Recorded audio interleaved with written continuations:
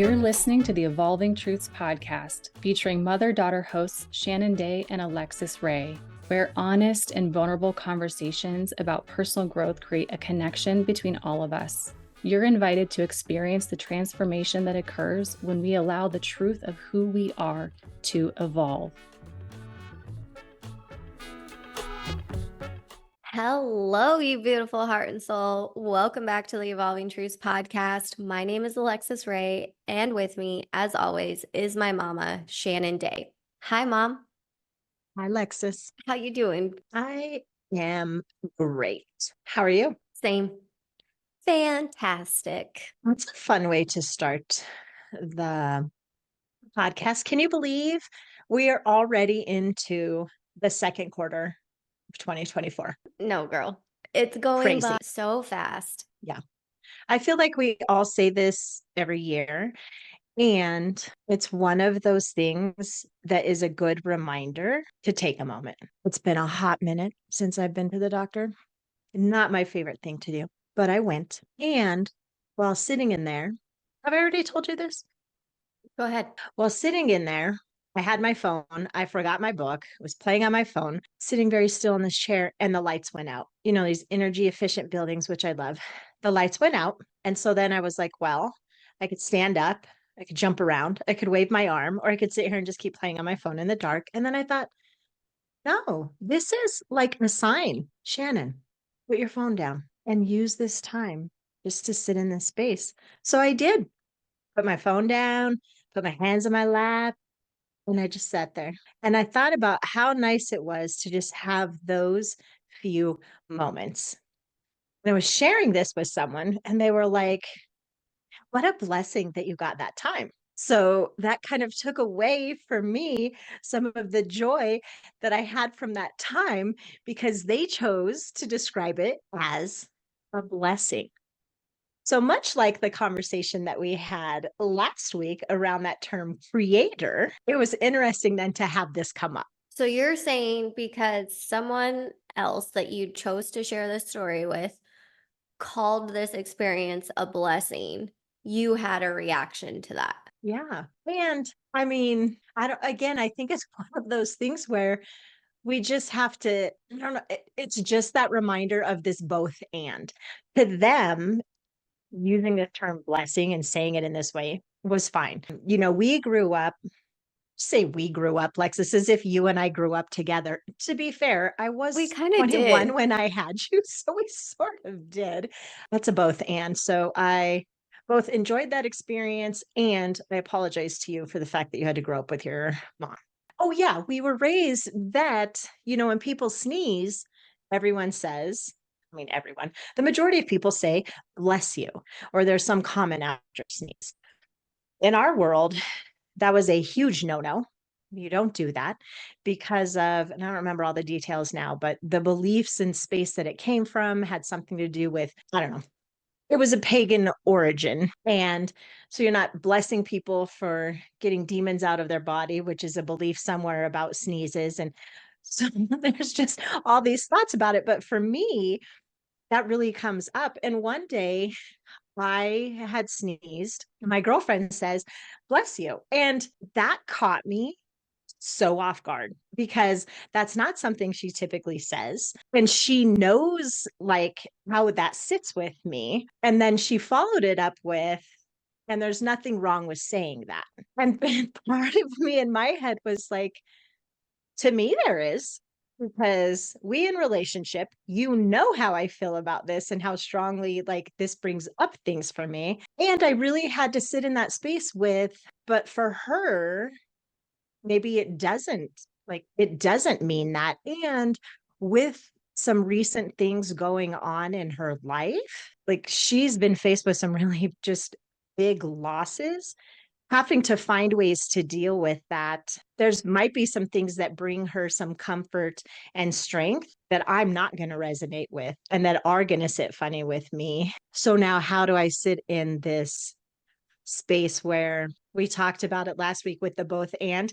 How do I sit in this space where now in this very close relationship, I might like Are you truly saying have to there's gonna deal be with. a little church coming up in you, I right? might have to deal with a little bit of both and, I don't know, but I want to be open to that if that's like what she might need or to whatever degree she might need that, and also be able to hold my space of how uncomfortable that makes me, and how, like, yeah, what is going to be the boundary with it. I don't know, and it just made me get a little bit emotional. I wasn't expecting that, but it's fine. And then, like, yeah, I don't know. It also, like, one time I was having a conversation with your dad after, like, we weren't together anymore. It had been a hot minute.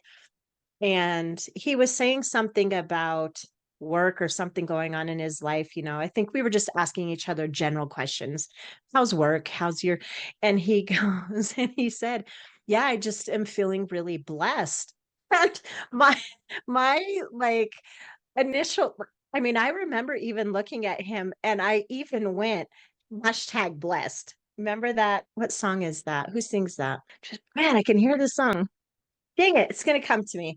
But I literally was like, hashtag blessed because of our relationship. I felt fine doing that with him, but it caught me so off guard to have someone who was raised just like I was, and who, for the first little piece of your life, we raised you in that way, to have that just flow so easily off his tongue. Right. And so, yeah, language, the words we use, and thinking about that and not knowing how they might land with someone else, to me is just such an interesting thing. Yeah, definitely. And when it comes to the context of blessed or blessing, right? I think that this is one of those words, kind of like last week's conversation, creator or good orderly direction. Like it means different things for different people. And after doing 3 years of work unpacking my religious hurt or my church hurt and coming to different perspectives of the world and how I view the energy and how things are connected, I feel like I use the word blessed more and see it as like just the gifts of our life that we receive and the outcomes of the hard work that we put in. And I do feel like it's okay now to be like, man, there are so many blessings in my life, and feeling like that's an interchangeable word for like gifts. There's so many things in my life. There's so many gifts in my life. There's so many parts of my life that do feel like a blessing from the universe. Yeah. It's Bruno Mars, by the way, 24 karat. You found the Hashtag song. blessed. I did. I totally had to Google it because that was going to drive me nuts. Yeah. That, again, you and I definitely vary in that space. And maybe it's because you had like 10 years of this, and yes, in very formative years for you, and have been given a lot more space to unpack it, both within the family, work you did in college, I think some of the classes that you took, and then work you've continued to do. Whereas I can definitely own I've not done as much work around it. Mostly wrote as you were saying that, like, I've unpacked these things in therapy, and I'm like, is it time for me to reach out to Dr. Sandy? And I was totally just going to say, bless that woman, because anytime I mention Dr. Sandy, what do? I almost always do like a prayer hands and like that woman, right? Which to some could be like this, like blessing, yet that's not what I would say, because again, to me, that term comes very much as someone having God's favor, and almost like sometimes pushing off, or to me it's like a fake humbleness of, like, I'm receiving all these blessings, so I'm just going to say, like, I'm blessed from God, so trying not to appear boastful about it, yet I feel like it can still come across in a very haughty manner. And then, like, so why are you getting blessed and I'm not? Like, what's my deficiency? Like, what's, sort of thing. So, yeah, I don't know. I just thought it was so interesting to have that come up. One, in what to me I thought was a very cool and mindful and use of power in the pause moment, sitting in that doctor's office when the light went out, to then having someone attach being so blessed about that opportunity and me having to just still really protect it to be like, no, like this, I created this, like, but it happened as a result of this. Yeah, I don't know. So I just thought it'd be kind of fun to throw this one out there as a quick mini discussion, tag along to our discussion last week and continuing these thoughts around words we use. It's making me think too that, especially if we've had conversations with people, those that are closest to us, where we've had conversations and we know some of these things might come up, if we do know that there's a term or a word that might make someone else uncomfortable, having conversation about it so they can say that and then them saying, but here's what it means to me.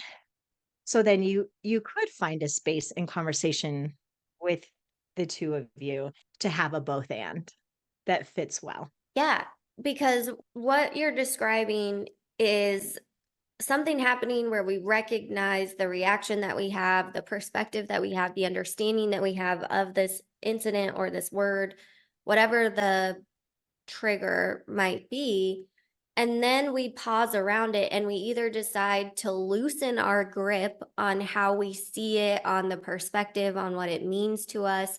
We open up and we start twisting and we start contorting and we start seeing if there's room for something else to exist within that perspective, or we just cling on to what we always hold on to or know to be our own truth. I really commend you for recognizing that it did feel icky when the person that you were sharing this experience with labeled your experience with a term that didn't feel good to you, and wanting to protect that because it did feel like a sacred moment to you. It did feel like something that was really beautiful. And it sounds like you truly cherished those moments and choosing to protect that, choosing to not let someone else's label ruin that cherished time that you experienced. Speaking of terms, as you were just saying that, you referred to it as sacred. Talk about another term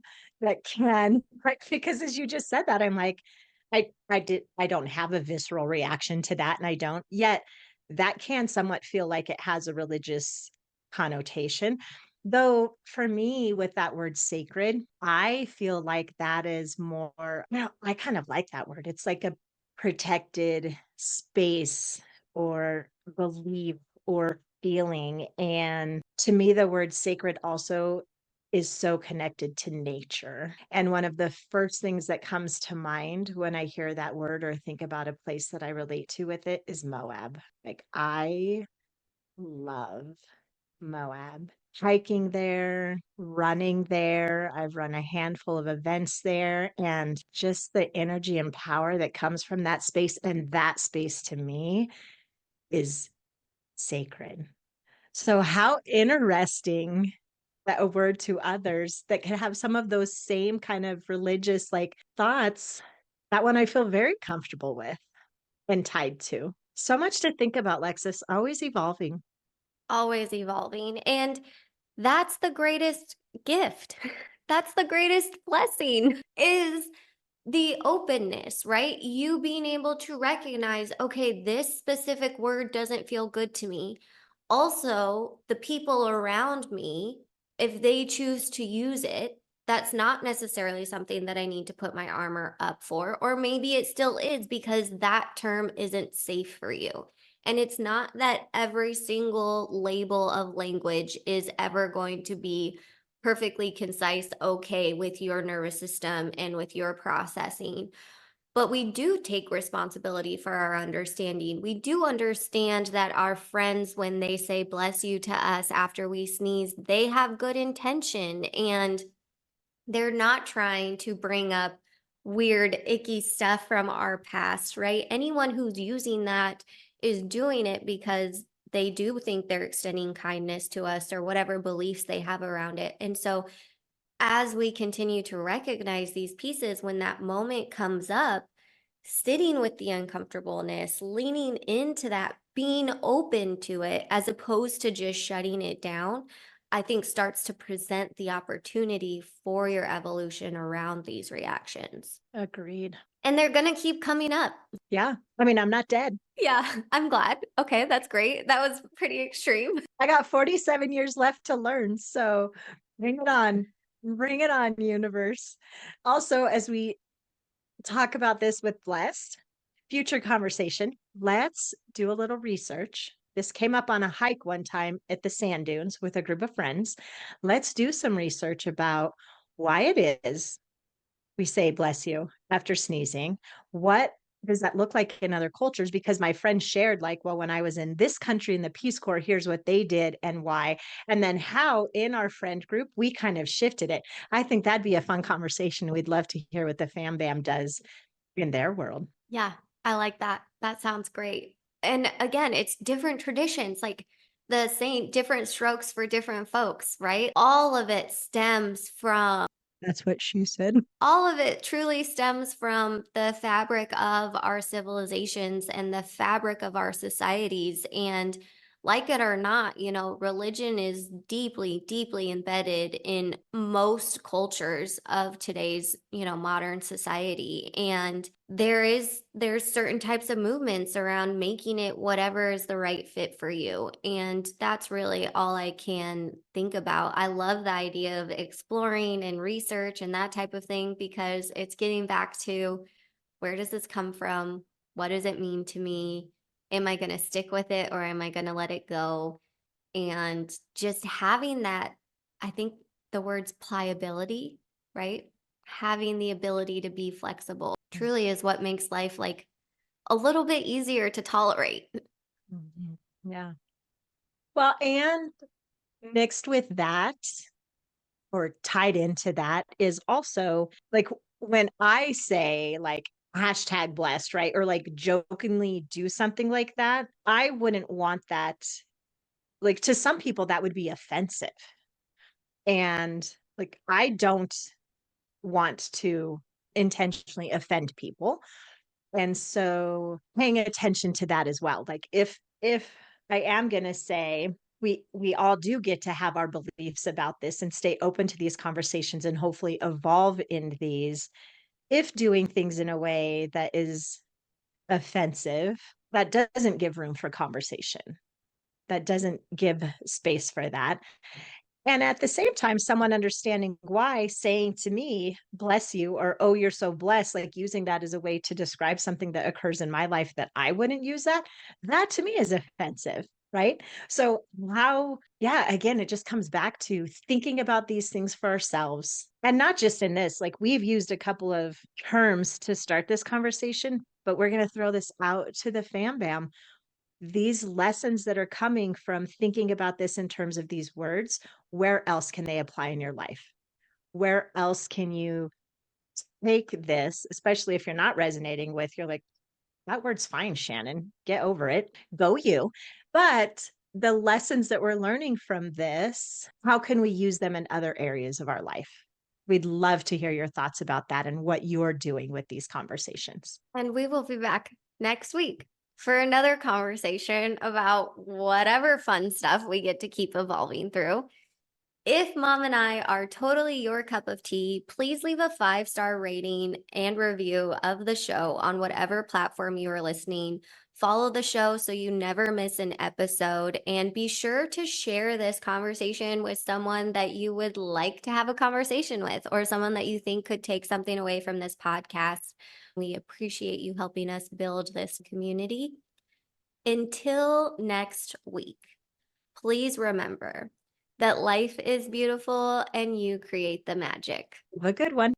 Connect with Shannon and Alexus in the Evolving Truths community by visiting evolvingtruthspodcast.com. Links are in the show notes. The Evolving Truths podcast is produced by Shannon Day and Alexus Ray, recorded from the Corner Studio in conjunction with Alexus Ray Enterprises, LLC.